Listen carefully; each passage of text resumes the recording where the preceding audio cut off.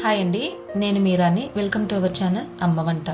ఈరోజు మన వీడియోలో సూపర్ టేస్టీగా ఉండే మడత కాజా అయితే ప్రిపేర్ చేస్తున్నానండి. టేస్ట్ అయితే చాలా బాగుంది. అలాగే ప్రిపరేషన్ చూస్తే ఇంత ఈజీనా అనుకుంటారు. బయట స్వీట్ షాప్లో దొరికే ఈ మడత కాజా అదే టేస్ట్తో ఇప్పుడు ఇంట్లోనే మనమే ఈజీగా ప్రిపేర్ చేసుకోవచ్చండి. ఇప్పుడు ఎలా చేయాలో వీడియోలో చూసేద్దాం పదండి. ముందుగా ఒక మిక్సింగ్ బౌల్ తీసుకొని అందులో ఇక్కడ నేను 2 కప్పులు మైదా పిండిని అయితే తీసుకుంటున్నానండి. ఈ మైదా పిండి తీసుకున్న తర్వాత అందులో వేడిగా ఉండే 2 టేబుల్ స్పూన్ల నెయ్యి అయితే వేసుకుంటున్నాను. ఈ ప్లేస్లో మీరు డాల్డా అయినా కూడా వేసుకోవచ్చండి. నేను నెయ్యి అయితే వేసుకుంటున్నాను. తర్వాత చిటికెడు ఉప్పు కూడా వేసుకోవాలి. నెయ్యి వేడిగా ఉంది కదా, ఒకసారి స్పూన్తో మిక్స్ చేసుకున్న తర్వాత చేత్తో మిక్స్ చేసుకుందామండి. ఈ విధంగా చేత్తో అంతా బాగా మిక్స్ చేసుకున్న తర్వాత పిండి ఈ విధంగా ఉంటగా వచ్చింది అంటే నెయ్యి సరిపోయినట్టు. ఉంటగా రాలేదు అనుకుంటే మరో 2 టేబుల్ స్పూన్లు నెయ్యి అయితే వేసుకొని మిక్స్ చేసుకోవచ్చండి. ఈ విధంగా కొంచెం కొంచెంగా వాటర్ వేసుకుంటూ మనము చపాతీ పిండి ఎంత సాఫ్ట్గా కలుపుకుంటామో అంతే సాఫ్ట్గా ఇది కూడా కలుపుకోవాలి. ఈ విధంగా మిక్స్ చేసుకున్న తర్వాత పక్కన పెట్టి 10 నిమిషాలు రెస్ట్ అయితే ఇద్దామండి. ఇప్పుడు షుగర్ సిరప్ అయితే ప్రిపేర్ చేసుకుందామండి. అందుకోసం నేను ఇక్కడ 2 కప్పులు మైదా పిండికి 3 కప్పులు షుగర్ అయితే తీసుకుంటున్నాను.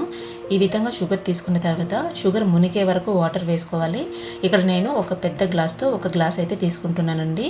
ఈ విధంగా షుగర్ అంతా బాగా మెల్ట్ అయిన తర్వాత మనము బాయిల్ చేసుకోవాలి. ఈ విధంగా బబుల్స్ వచ్చే తర్వాత 3 మినిట్స్ ఉడికించుకుంటే సరిపోతుందండి. మనకు తీగ పాకం అయితే రెడీ అయిపోతుంది.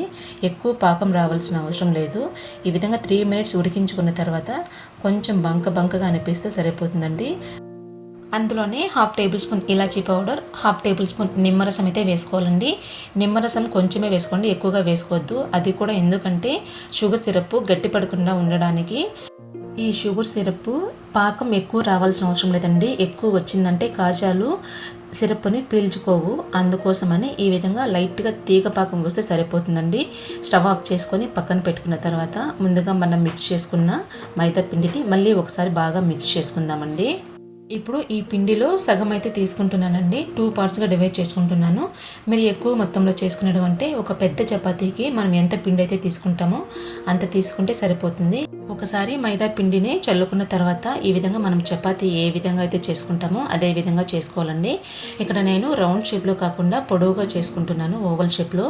మనకు ఎంత వీలైతే అంత పలుచగా చేసుకోవాలండి. ఎంత పలుచగా వస్తే మనకు అంత లేయర్గా అంత క్రిస్పీగా వస్తుంది మడత కాజా అనేది. ఈ విధంగా మనం ప్రిపేర్ చేసుకున్న తర్వాత పైన కొంచెం నెయ్యి అప్లై చేసి దానిపైన మైదా పిండి కొంచెం డస్ట్ చేసుకోవాలండి. ఇది కంపల్సరీ చేసుకోవాలి. ఈ విధంగా అయితేనే మనకి లేయర్స్ బాగా అతుక్కోకుండా బాగా వస్తాయి. ఈ విధంగా మైదా పిండి డస్ట్ చేసుకున్న తర్వాత 2 చేతుల సహాయంతో ఈ విధంగా మనము చిన్నగా రోల్ చేసుకోవాలండి. ఈ విధంగా రోల్ చేసుకున్న తర్వాత చివర్లో అది ఊడిపోకుండా ఉండడానికి మనము తడి చేత్తో కొంచెం స్ప్రెడ్ చేయాలండి. వాటరు చేత్తో కొంచెం తడి చేసుకొని ఈ విధంగా స్ప్రెడ్ చేసామంటే అది విడిపోకుండా అతుక్కుపోతుంది. అలాగే ఈ విధంగా రోల్ చేసుకున్న తర్వాత జస్ట్ ఊరికే 3 టైమ్స్ అలా రోల్, అది ప్రెస్ చేయకూడదండి. లైట్గా అలా అన్నామంటే సరిపోతుంది, బాగా స్టిక్ అయిపోతుంది. తర్వాత ఈ రోల్ని మనము 1/2 ఇంచ్కి కట్ చేసుకోవాలండి.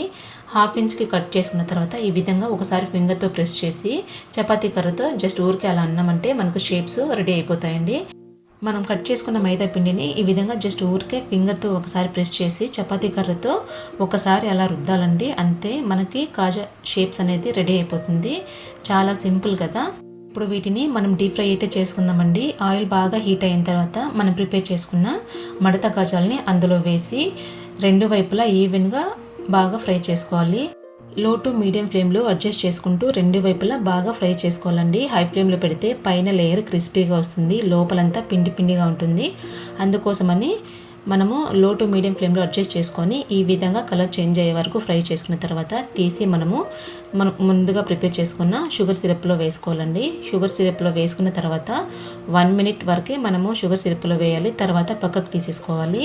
ఎక్కువసేపు ఉంచామంటే మడత కాజాలు ఎక్కువ మెత్తగా అయిపోతాయండి.